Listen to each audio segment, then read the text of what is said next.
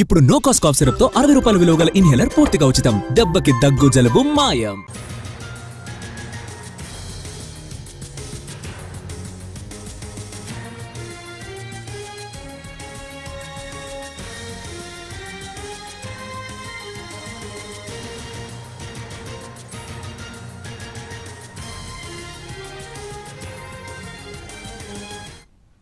మోంతా తుఫాన్ ఏపీ వైపు దూసుకొస్తోంది. విశాఖ, కాకినాడ సముద్ర తీరం అల్లకల్లోలంగా మారింది. భారీగా ఈదురుగాలు వీస్తున్నాయి. రేపు సాయంత్రం కాకినాడ సమీపంలో తుఫాను తీరం దాటే అవకాశం ఉంది. తీరం దాటే సమయంలో 100 కిలోమీటర్ల వేగంతో బలమైన గాలులు వీస్తాయని హెచ్చరిస్తున్నారు వాతావరణ శాఖ అధికారులు. తుఫాను ప్రభావంతో కోస్తా జిల్లాల్లో భారీ వర్షాలు కురుస్తున్నాయి. కాకినాడ నుంచి నెల్లూరు వరకు రెడ్ అలర్ట్ జారీ చేసింది వాతావరణ శాఖ. రాష్ట్రంలోని అన్ని ఓడరేవుల్లో 3 నెంబర్ ప్రమాద హెచ్చరిక జారీ చేశారు. సహాయక చర్యల కోసం ఇప్పటికే పలు జిల్లాల్లో ఎన్డీఆర్ఎఫ్, ఎస్డీఆర్ఎఫ్ బృందాలు సిద్ధంగా ఉన్నాయి. కాకినాడ ఉప్పాడ రోడ్లో ఈ నెల 30 వరకు కూడా రాకపోకలు నిలిపివేశారు. విశాఖలోని బీచ్లతో పాటు వాకలపూడి బీచ్, ఎన్టీఆర్ బీచ్ మూసివేశారు. మత్స్యకారులు వేటకు వెళ్లొద్దని హెచ్చరికలు జారీ చేశారు. అధికారులు, సిబ్బందికి సెలవులు రద్దు చేశారు. సహాయ కార్యక్రమాల కోసం కంట్రోల్ రూమ్స్ కూడా ఏర్పాటు చేశారు. 3 రోజుల వరకు అత్యవసరమైతే తప్ప బయటకు రావద్దని తీర ప్రాంత జిల్లాల ప్రజలను హెచ్చరించారు. ముందు జాగ్రత్తగా పలు జిల్లాల పాఠశాలలకు 3 రోజుల పాటు సెలవులు ప్రకటించింది ప్రభుత్వం. ఇక మోంతా తుఫాన్ పరిస్థితిపై సీఎం చంద్రబాబు సమీక్ష నిర్వహించారు. జిల్లా యంత్రాంగం సిద్ధంగా ఉండాలని అన్నారు. మరొకవైపు సీఎం చంద్రబాబుకు ప్రధాని మోడీ ఫోన్ చేశారు. మోంతా తుఫాన్ పరిస్థితులపై ఆరా తీశారు. పూర్తి స్థాయిలో కేంద్రం సాయం ఉంటుందని హామీ ఇచ్చారు ప్రధాని. బంగాళాఖాతంలో తుఫాను అలజడి ఎక్కువవుతోంది. ఆర్కే బీచ్ దగ్గర కెరటాలు ఉవ్వెత్తున ఎగిసిపడుతున్నాయి. తుఫాను ప్రభావంతో సముద్రం అల్లకల్లోలంగా మారింది. అల్లు 2 మీటర్ల ఎత్తు వరకు ఎగిసిపడుతున్నాయి. సముద్రం చాలా రఫ్ గా మారింది. తీరం వెంబడి బలమైన గాలులు వీస్తున్నాయి. ఈదురుగాలతో కూడినటువంటి భారీ వర్షం పడుతోంది. ఇదే అంశంపై మరింత సమాచారం మా ప్రతినిధి చిరంజీవి అందిస్తారు.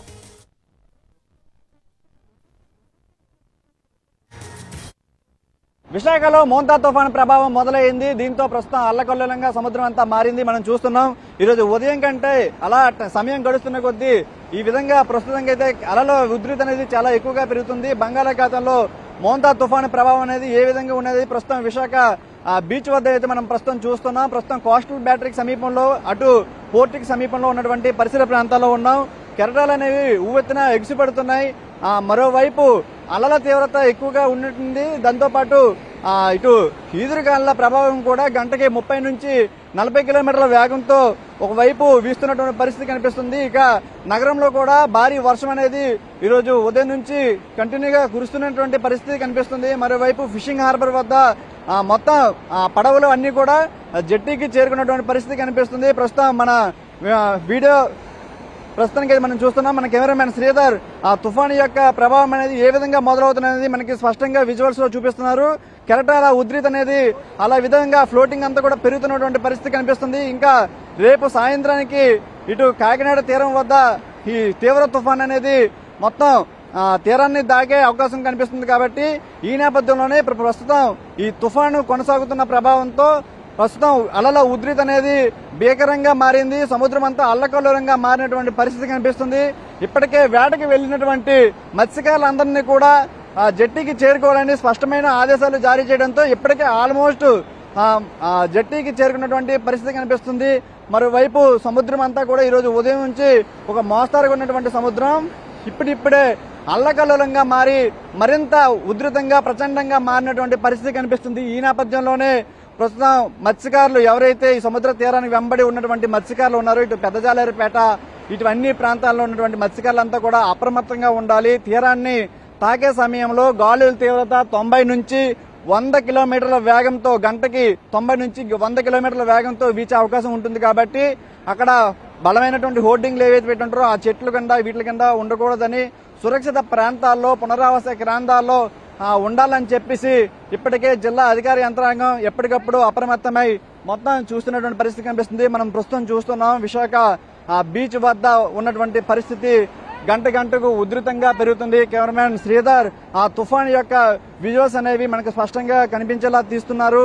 అయితే మరోవైపు తీరానికి సమీపంకి వస్తున్నటువంటి పరిస్థితి నేపథ్యంలో ఇంకా అది మరింత ఉధృతం మారుతుంది. తుఫాన్ అనేది తీవ్ర తుఫాన్ గా మారే సమయంలో ఈ తీవ్రత మనం చూస్తున్నటువంటి ఈ తీవ్రత మరింత ఉధృతంగా వచ్చే అవకాశం కూడా కనిపించే పరిస్థితులు అయితే మనం చోటు చేసుకుంటున్నాయి. దీంతో పాటు ఇప్పటికే తుఫాను అలర్ట్లు హై అలర్ట్లు కూడా జారీ అయ్యాయి. కాబట్టి ఎవరైతే ముప్పు ప్రాంతాలు ఉంటాయో ఆ ముంపు ప్రాంతాలన్నింటిలో కూడా ప్రజలంతా కూడా సురక్షితంగా ఉండాలి. మరోవైపు ఎన్డీఆర్ఎఫ్, ఎస్డీఆర్ఎఫ్ బృందాలు కూడా మరోవైపు సిద్ధమవుతున్నాయి.